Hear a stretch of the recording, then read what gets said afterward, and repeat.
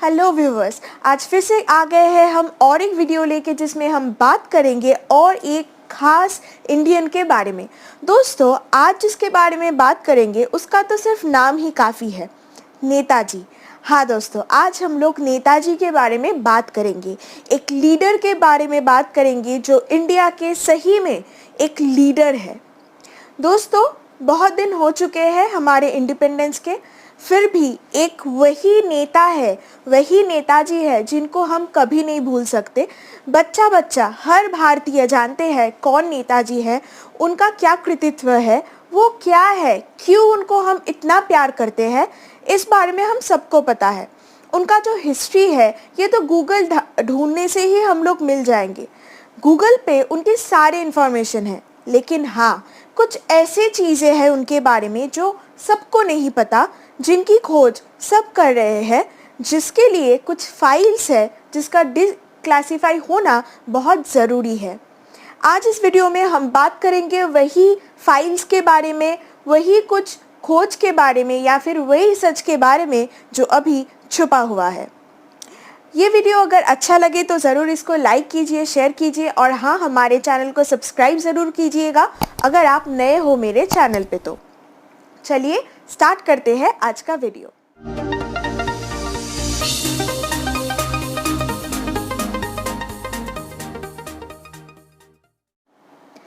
दोस्तों, बॉस वो होते हैं जो सब कुछ में खुद का फ़ायदा ढूंढते हैं, खुद का किस में भला हो वो देखते हैं। लेकिन लीडर वो होते हैं जो अपने पूरी टीम मेंबर्स की अच्छे के लिए, भलाई के लिए सोचते हैं, किस में सबका भला हो ये देखते हैं।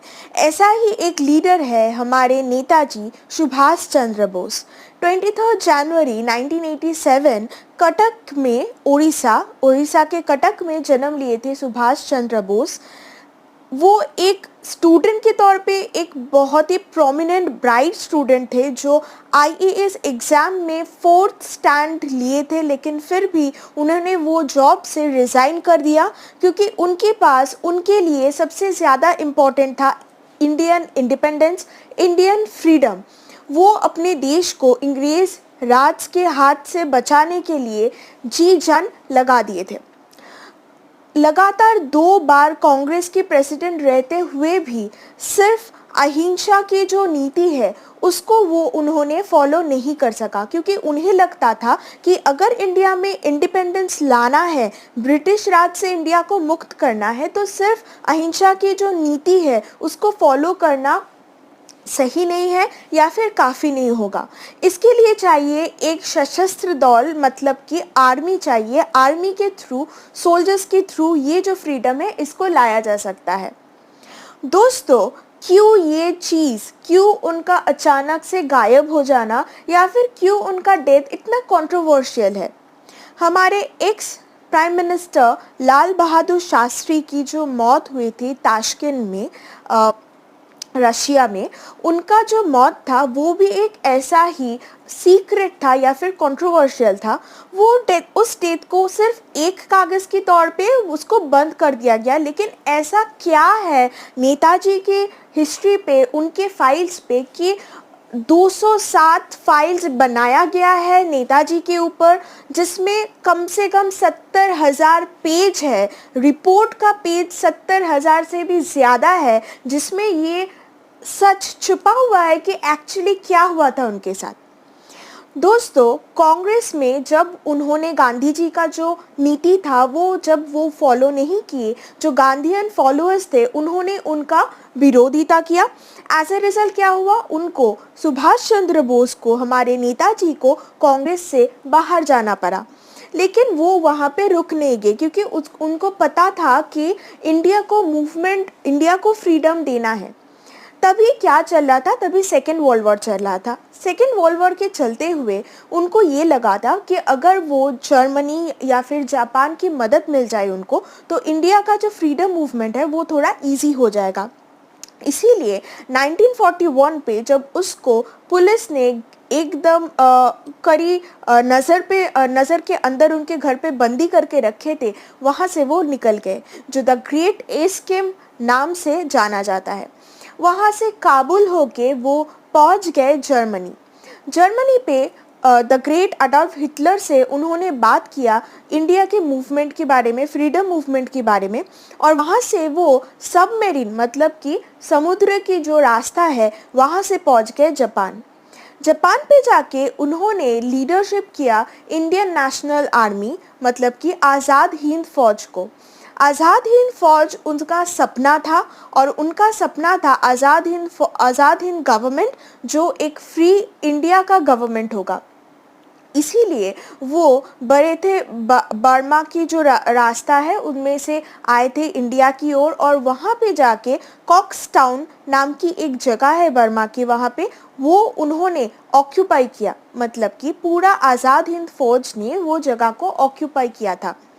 वो लोग इतने खुश थे और वहाँ पे वो लोग तय किए कि अभी दिल्ली जाना है, दिल्ली पे जाके स्वराज बनाना है और वहाँ पे झंडा गाड़ना है इंडिया का, फ्री इंडिया का, और उस इंडियन गवर्नमेंट का नाम होगा इंडियन नेशनल गवर्नमेंट ING, जो आज़ाद हिंद फौज की गवर्नमेंट होगा। कुछ ठीक चल रहा था, लेकिन सेकेंड वर्ल्ड वॉर की चलते हुए उसी टाइम बॉम्बिंग हुआ हिरोशिमा नागासाकी में, यानी कि जापान के वो दो जगह पे। इसकी वजह से जापान का जो पावर था वो डिक्रीज हो गया और as a result Azad Hind फौज जापान से जो मदद उनको मिल रहे थे वो बहुत ही कम हो गया। इसी टाइम ब्रिटिश गवर्नमेंट ने घोषित किया कि नेताजी इंटरनेशनल टेररिस्ट है और उनको गिरफ्तार किया जाए। नेताजी को पता था कि अगर वो इंडिया लौटे तो उनका मृत्युदंड भी हो सकता है। यही चलते हुए अचानक 1945 को 18 अगस्त एक प्लेन क्रैश में जाना गया कि नेताजी की मृत्यु हो चुका है। ये जो न्यूज़ है ये पूरे विश्व के लिए, पूरे इंडिया के लिए एक बहुत ही ख़राब न्यूज़ था। सारे इंडियंस होप छोड़ दिए थे इंडिपेंडेंस के। लेकिन ये प्रश्न रह ही जाता था कि एक इतना इंटेलिजेंट लीडर जिनके पास इतना आइडियाज़ थे वो कैसे ऐसे ही सिर्फ एक प्लेन क्रैश में उनका डेथ हो सकता है। इसीलिए बहुत सारे कमीशंस बनाए गए हैं।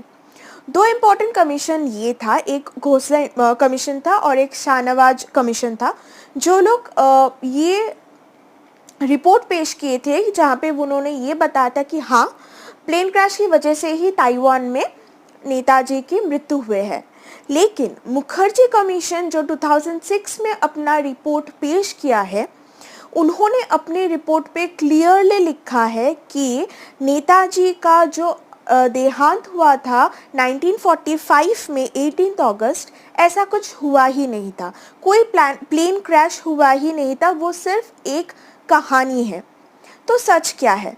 अब ये सच जानना बहुत ज़रूरी हो चुका था, इसीलिए कमीशन बहुत सारे रिपोर्ट्स के मुताबिक जांच करने लगे। ताइवान में वो लोग पहुँचे, उस प्लेस पे जाके उन लोगों ने इन्वेस्टिगेट भी किया, लेकिन उन लोगों को जो सच पता चला वो बहुत ही चौंकदार था। उनको ये पता चला कि ताइवान में उस ईयर जो 200 डेथ हुआ है उनमें से नेताजी का नाम नहीं था और नेताजी की कोई भी साथी का भी नाम उसमें नहीं था। ये कैसे हो सकता है? अगर कोई ताइवान में मरते हैं, मृत्यु होता है अगर उनका, तो उस जगह की जो डेथ रिकॉर्ड्स होगा उसमें उसका नाम होना जाहिर सी बात है, लेकिन नेताजी की नाम वहाँ पे नहीं था। इसके बाद पता चला कि रशिया में नेताजी वहाँ से चले गए थे खुद को बचाने के लिए, लेकिन रशिया में साइबेरिया में उनको इम्प्रिजन्ड किया गया था और वहाँ पे उनको 3rd डिग्री टॉर्चर भी सहना पड़ा था।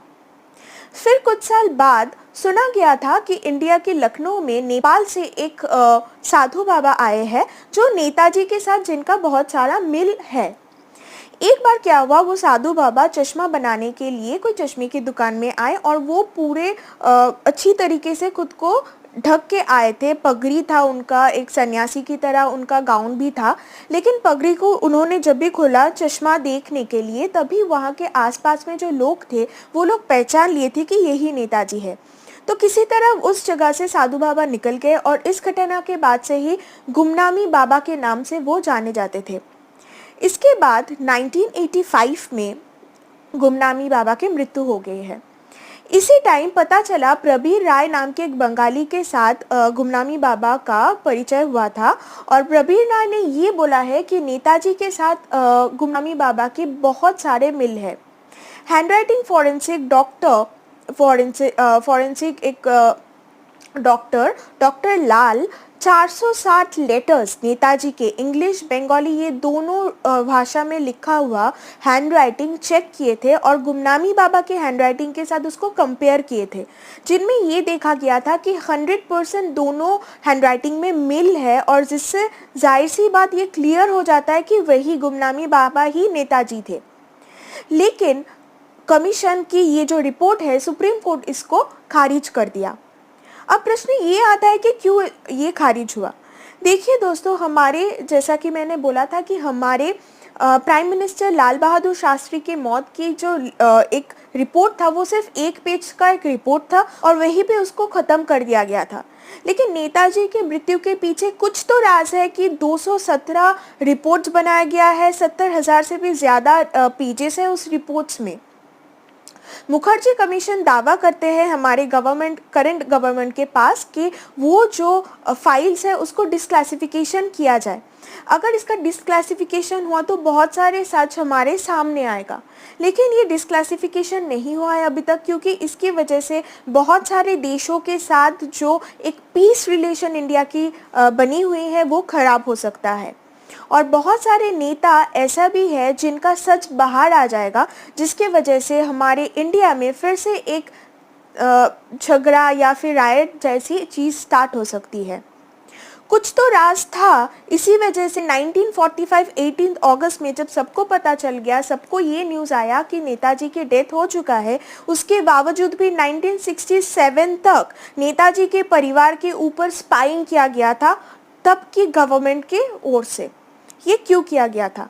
ऐसा बहुत सारे प्रश्न हैं जो नेताजी की अचानक गुम हो जाने की या फिर हमारे सामने से अचानक से कहीं पे चले जाने की जो न्यूज़ है उस वहाँ से प्रूफ करता है कि मृत्यु नहीं हुआ था, कुछ और हुआ था। क्यों हुआ था, कैसे हुआ था, यही एक राज है। हम लोग आशा करते हैं, प्रे करते हैं कि कमीशन बहुत जल्दी इस चीज़ के ऊपर फिर से कार्रवाई स्टार्ट करे ताकि पूरे इंडियंस के पास ये सच्चाई आ जाए। दोस्तों, गूगल पे बहुत सारे इन्फॉर्मेशन हम लोग देख लेते हैं नेताजी के बारे में, हमारे सुभाष चंद्र बोस के बारे में, लेकिन उनको एक्चुअली वो क्यों गए थे, कहाँ गए थे, क्या हुआ था, ये सच जानना भी हमारे अधिकार है। तो आज के लिए बस इतना ही। अगर ये स्टोरी आप लोगों को अच्छा लगा है तो ज़रूर इसको लाइक कीजिए, शेयर कीजिए और हाँ, हमारे चैनल को सब्सक्राइब कीजिए। फिर से मिलते हैं और एक नए टॉपिक के ऊपर और एक नई स्टोरी के ऊपर। तब तक के लिए थैंक यू।